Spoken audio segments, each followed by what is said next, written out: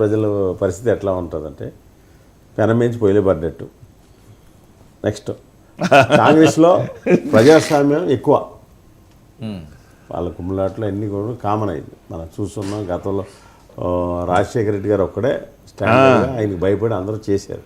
అంతకుముందు చెన్నారెడ్డి గారు ముఖ్యమంత్రి అయ్యారు. చెన్నారెడ్డి గారిని దింపేవరకు మతకలవాల్సి సృష్టి అయిపోయింది. జనార్దన్ రెడ్డి ఎక్కాడు, తర్వాత విజయభాస్కర్ రెడ్డి ఎక్కాడు 3 సార్లు. మళ్ళీ ఎన్టీ రామారావు బంగారపల్లిలో పెట్టించారు. వాళ్ళ సంస్కృతి వాళ్ళ ప్రజాస్వామ్యం అలా ఉంటుంది. ఏ డెసిషన్ తీసుకోవాలో మనం గాంధీ గారు వెళ్ళి ఢిల్లీ వెళ్ళి డెసిషన్ తెచ్చుకోవాల్సింది. వాళ్ళ అంతర్గత వాళ్ళ పార్టీ వాళ్ళ దేశం మనకు అనవసరం. మనం ఏంటంటే ఈ 5 సంవత్సరాలు శుభ్రంగా పరిపాలించి మనం కోరుకుంటాం. ఎవరు వద్దంటున్నారండి? పరిపాలించమని ప్రజలు మీ చేతిలో పెట్టినాక పరిపాలించండి అంటున్నా.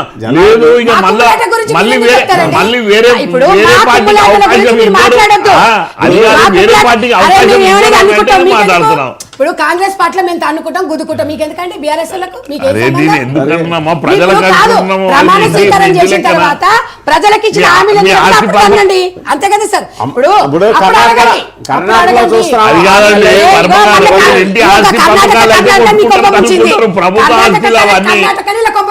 అర్థం కాలేదు ఏంటంటే ఈ జగదీష్ రెడ్డి కూడా గట్టి చెప్పిండు. ఆయన 3 అరే మేము ఇప్పుడు కాదు వర్మ గారు 2004లోనే మేము రైతులకు ఉచిత కరెంట్ ఇచ్చినాం. వీళ్ళేందని మాకు చెప్పేది? వీళ్ళకేముంది చరిత్ర? మాకు చరిత్ర ఉంది, మేము ఇచ్చినాము కరెంటు. ఇప్పుడు కొత్తగా ఇచ్చేది రుణమాఫీ మేము రాజశేఖర రెడ్డి పీరియడ్లో చేసినాం. వీళ్ళేందండి మాకు చరిత్ర చెప్పేది? అంటే ప్రజలకు అరే నేను ఒకటి అడుగుతానండి వీళ్ళను, ఒక్క నిమిషం. నేను 1200 గ్యాస్ సిలిండర్ ఉంటే పోటీని పెంచుకుంటూ పోయారు ఇద్దరు. మేము 500కి ఇస్తామంటే 400కి ఎక్కిస్తామన్నారు. 10 సంవత్సరాలల్లో ఈయన గ్యాస్ సిలిండరు ఈ రోజులో ఎట్లా ఇస్తారు? హౌ ఈజ్ పాసిబుల్ అని మీరు చెప్పండి. 2 లక్షల ఉద్యోగాలు ఉన్నాయని చెప్పేసి 10 రోజుల కింద కేటీఆర్ చెప్పిండు. రాత్రి గుర్తుకొచ్చినాయి.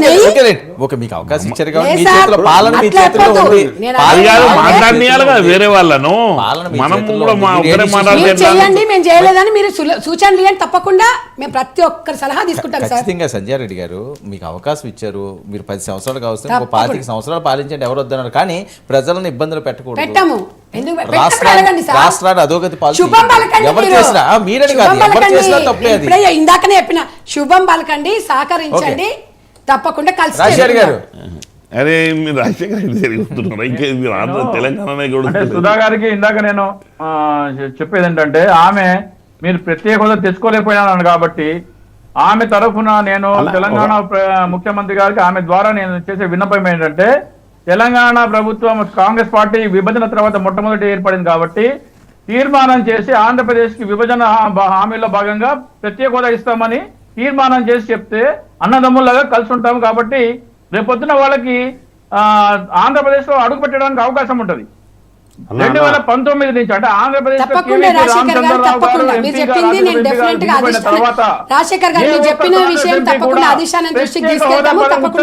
దయచేసి వినండి, వినండి. ఏ ఒక్క ఎంపీ కూడా అంటే ప్రత్యేక హోదా ఉచ్చరించలేదు కాంగ్రెస్ పార్టీ నుంచి. 54 మంది ఉన్నారు కదా, వాళ్ళకి ఏమండి వీళ్ళు స్టాండర్డ్ గా ముందుకు సాగనివ్వండి, తర్వాత చూద్దాం. ప్రత్యేక హోదా అన్నది మళ్ళీ వాళ్ళ మీద నెత్తి మీద పెడితే ఆంధ్రప్రదేశ్ నుంచి ఉన్నారు కాదండి, గొప్ప నేతలు అందరూ ఆంధ్రప్రదేశ్ నుంచి ఉన్నారు. అంశం అన్నది ఆంధ్రప్రదేశ్ సంబంధించిన అంశం. అక్కడ కోట్లాది మంది ప్రజలు ఉన్నారు. ఆ ప్రజలు ఆ నాయకులు నిలదీయాలి, వాళ్ళ పారదర్శకం నిరూపించుకోవాలి. అంతేగాని తెలంగాణ రాష్ట్రం వచ్చి ఆంధ్రప్రదేశ్కి మీరు ఇప్పుడు ఇవ్వండి అని చెప్పి కాంగ్రెస్ అండర్లో ఇప్పుడు అది జరిగే పని కాదు. వాళ్ళు 29కి ఖచ్చితంగా మళ్ళీ గెలుస్తానంటున్నారు ఆంధ్రప్రదేశ్లో. సో ఆ కాన్ఫిడెన్స్ ఉన్నది. అప్పుడు మళ్ళీ ట్రై చేద్దాం. ఎందుకంటే ప్రత్యేక హోదా అనే అంశం అన్నదాన్ని ఎప్పుడో పాత్ర పెట్టారు. ఇప్పుడు అంశం లేదు, ప్యాకేజీలు అయిపోయినాయి. అవి ఎవరికి నచ్చినట్టు వాళ్ళు ఆడుకున్నారు. ఆ రోజునే చంద్రబాబు నాయుడు గారు మాకు ప్యాకేజ్ చాలు, ప్రత్యేక హోదా వద్దు అని దాన్ని అసెంబ్లీలో డైరెక్ట్గా ఆయన ప్రకటించాడు. అక్కడ అయిపోయింది, అక్కడ క్లోజ్ అయింది. ఇప్పుడు ఏంటంటే అంతేనండి, అయిపోయిందని మీరు కాంగ్రెస్ ఇప్పుడు అక్కడ పార్లమెంట్లో ఆడటం, అందరూ క్వశ్చన్ చేయటం అన్నీ అయినాయి. ఇప్పుడు మళ్ళీ జగన్ ఏం చెప్పుకొచ్చాడు, నాకు అందరూ 25 ఎంపీలు ఉంటే నేను ప్రత్యేక హోదా పట్టుకొస్తానండి. ఏనాడు మాట్లాడ్డా ఆయన. ఓకే వర్మ గారు నాకు ఒక నిమిషం చెప్పండి. వర్మ గారు అంటే భారతీయ జనతా పార్టీ వాళ్ళ మేనిఫెస్టోలో, వాళ్ళ 2014 మేనిఫెస్టోలో 2వ పేజీ 5వ పేరా .1 ఏమనుందంటే, కాంగ్రెస్ పార్టీ ఇచ్చిన ప్రత్యేక హోదాని మేము 5 సంవత్సరాల నుంచి 10 సంవత్సరాలు పొడిగిస్తామన్నారు. చంద్రబాబు నాయుడు అంటే మీ మేనిఫెస్టో ఏమైంది? ఇప్పుడు చంద్రబాబు నాయుడు ఆయన ఆ రోజు నాకు నాకు ప్రత్యేక హోదా వద్దు, ప్యాకేజీ నాకు కావాలి, ప్యాకేజీ అని చెప్పి అక్కడ క్లారిటీగా అసెంబ్లీలో బిల్లు పాస్ చేసి అసెంబ్లీ నుంచి అడిగా డైరెక్ట్ గా. అందుచేత అక్కడ ప్రత్యేక హోదా అతను తీసుకున్నాడు. అప్పుడు ముఖ్యమంత్రిని కాదని మేము ఇవ్వలేము కదా. అందుకనే ఏపీ ప్రజలు ఈ దొంగ నాటకాలు గుజరాతీ లెక్క చెప్తున్నారు కాబట్టి చెప్పలు కొట్టి 0.3% ఆంధ్రప్రదేశ్ లో భారతీయ జనతా పార్టీ ఏమండి మీరు ఇక్కడ ఉన్న లోకల్ నాయకులు అడగాలి. మీరు లోకల్ అదే అండి, అదే అసందర్భమైన విషయము. ఇప్పుడు దేని గురించి చర్చ? మనం ఆంధ్రప్రదేశ్ ఇన్లేను తీసుకొచ్చినాము, ఇది కాదు కదా. ఇప్పుడు వాళ్ళకు ప్రజలు ఏంది అని అంటే మ్యాండేట్ ఇచ్చిండ్రు, పరిపాలన చేయమన్నారు. రేపు రేవంత్ రెడ్డి గారు ముఖ్యమంత్రి కాబోతున్నారు, ప్రమాణ స్వీకారం చేస్తున్నారు.